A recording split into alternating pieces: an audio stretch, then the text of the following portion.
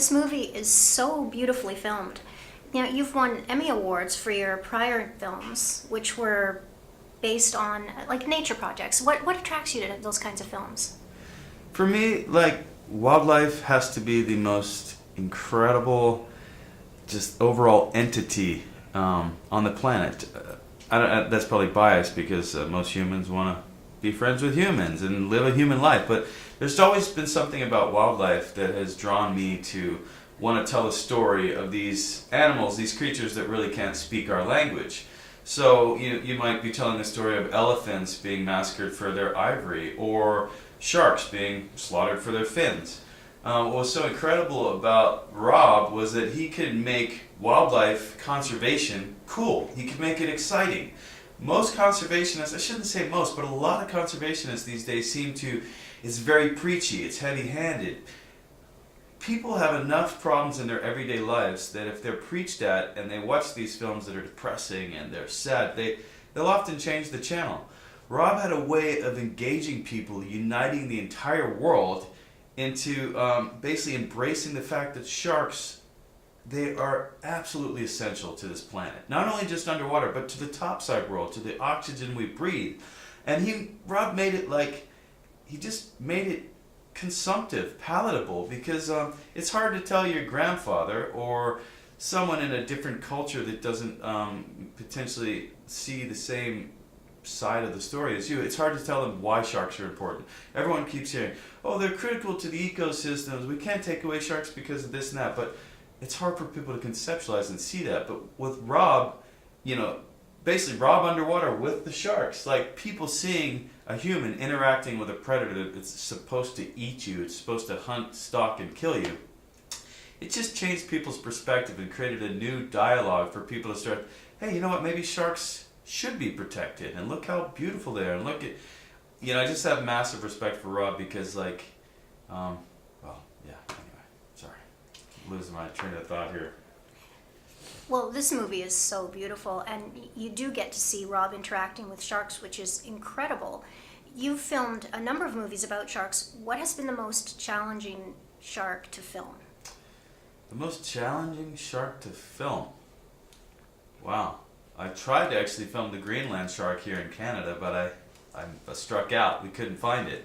As most people hopefully are aware, now many shark species are under threat, so it is becoming harder and harder to find these large aggregations of sharks. And filming sharks can be very challenging. And what was so cool about Rob is he was the consummate professional, whether it was film, whether it was conservation, whether it was him just being your friend.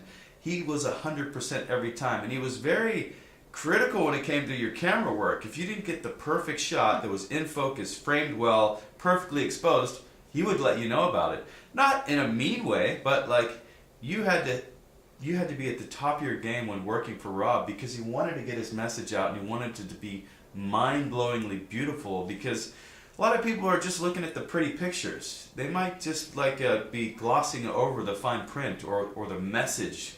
But when you can tell the story through images, which Rob was like a wizard at, it was just an honor to work side by side with someone like that, and his knowledge of the animals is another thing. You could be the best cameraman in the world, but if you don't have a knowledge of how to interact with a great white shark underwater, you might get eaten by that shark. So Rob had intimate knowledge with many different species, and he brought it to the world. And it's just so cool to see it in such high quality. I mean, we're using the same camera technology that Hollywood uses.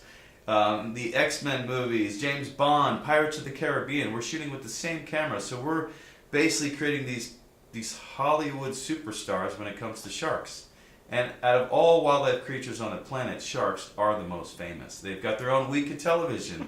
There's over 500 species. People, I mean, there's baseball teams, hockey teams, named after the sharks. And I just think, to me, they're the most, spectacular predators on the planet. And the most polite predators. Like, I've filmed polar bears, lions, crocodiles.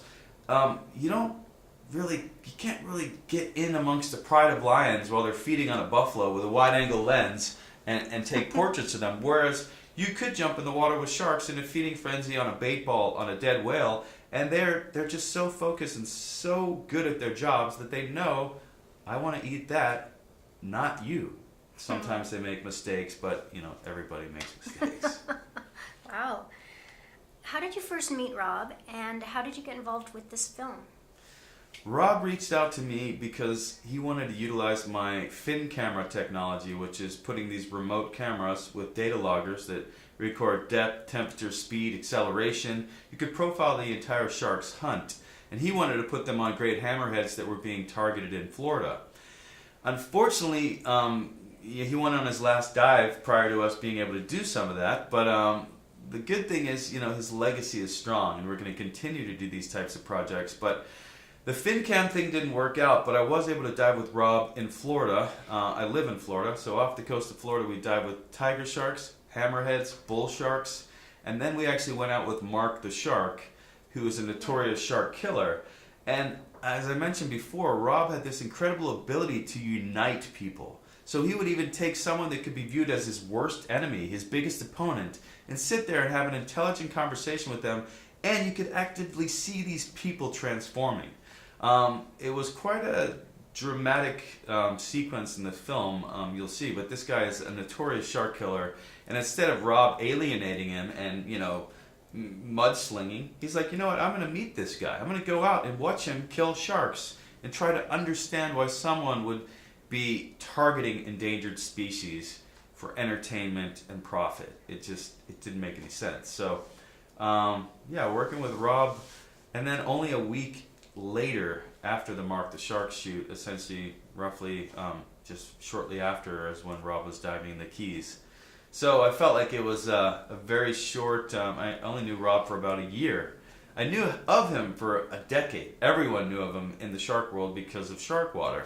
And I had massive respect for him. We had correspondence, but I never really made the connection until a year before he went on his last dive. But I just feel extremely honored to have worked with him, to have helped with Sharkwater Extinction, and just, I have 2 little kids, and they are in love with sharks. And Rob is reaching not only, adults, but kids and people around the world that might even live in a landlocked country that have no conception of sharks, but now potentially they're falling in love with them because of Rob, and that's huge.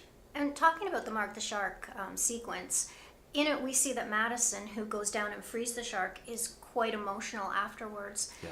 When not on camera, did Rob ever get emotional about what was happening to the creature that he loved the most? That is what was most fascinating to me about Rob. His ability, I won't lie, when we showed up to the Mark the Shark boat that morning, I'm kind of I don't want to say I'm an aggressive person, but I let my emotions get the best of me. So I was like, yeah, let's go kill some sharks. I'm trying to act like just some Florida redneck because I didn't know Rob's approach, but I was going to play along let's see what this guy can really do. Let's kill some sharks. And Rob pulled me aside. He's like, hey man, let's let him, don't hate this guy. Let him, because I was sort of doing it sarcastically and angrily, and Rob was able to transform and put himself seemingly in another state of mind in order to maximize the mission, maximize the effectiveness of what he was trying to accomplish. In this case, he was trying to get inside the head of the world's greatest shark murderer and try to understand why he would do that. Was it for the fame? Is it for the money? Are you starved for attention?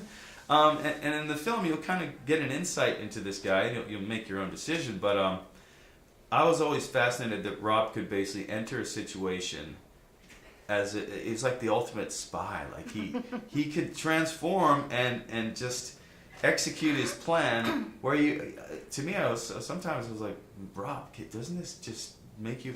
And he's like, he had a bigger picture. I mean, this was it. He knew that, if you get aggressive with this guy in the field and he doesn't give you the true side of the story, then you've failed. But if you interact and get the story and broadcast it to the world, then you've succeeded. So anyway. Amazing. And that's who he needed to be to get this kind of film. Yeah. I know you've given back to the ocean community by donating shots from your portfolio. How would you encourage others to help the ocean and sharks? What advice would you give them? A lot of people ask me what they can do to help the ocean, what they can do to help sharks, because it can seem quite a distant concern or like an issue that for people that don't live near the ocean or have no access or understanding of it. I mean, awareness. Just basically spreading the word that if you've had an encounter with a shark that was positive, if you know people that are out there making films about sharks, just spreading the word to people that aren't in the circle, because everyone that's going to come to this screening likely knew Rob or worked with him. So of course we're all going to love the movie because we love sharks, we love Rob, and we know what an incredible movement this is. But the people that sharks aren't even on the radar, they're actually, now we can see from this film, they are being affected. They are consuming sharks, whether it's pet food, whether it's makeup, whatever it is. Like, everyday humans are consuming sharks, and part of the problem and could be part of the solution if they understood what they were doing, and this is helping bridge that gap. So I think just people trying to spread the positive word, and if you're in the position to donate funds, there's many amazing organizations out there that are continuing to do conservation work, and Sharkwater will continue. So yeah. What are you most proud about in having been part of Sharkwater Extinction? Just being part of Sharkwater Extinction makes me the most proud. Rob was someone I always looked up to. I've shot over 100 shark films. I won 2 Emmy Awards, but there's nothing that I've worked on that I think is as noble, as important, as valuable as this film. The films I work on, they're exciting, they look cool, you see sharks jumping out of the water, but I ultimately have no creative control over the final edit. A lot of it's run by the big networks, and a lot of the networks are driven by ratings. So it's hard to sometimes, especially I'm underwater filming these amazing sequences. It's beautiful, it's peaceful, it's essentially silent. And then you watch the film and there's explosions and a dinosaur roaring in the background and a shark swimming just as placidly as it was when I filmed it. Yet you add the human element of just chaos and hype, and then you get, you know, a biased, you know, deceiving perception of sharks.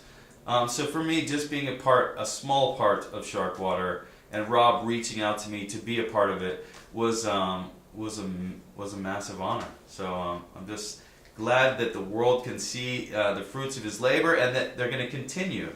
You know, Rob, yeah, he left us too soon, but he's still here, and he's still changing the world. And finally, tell me, what is your best memory of Rob? My best memory of Rob.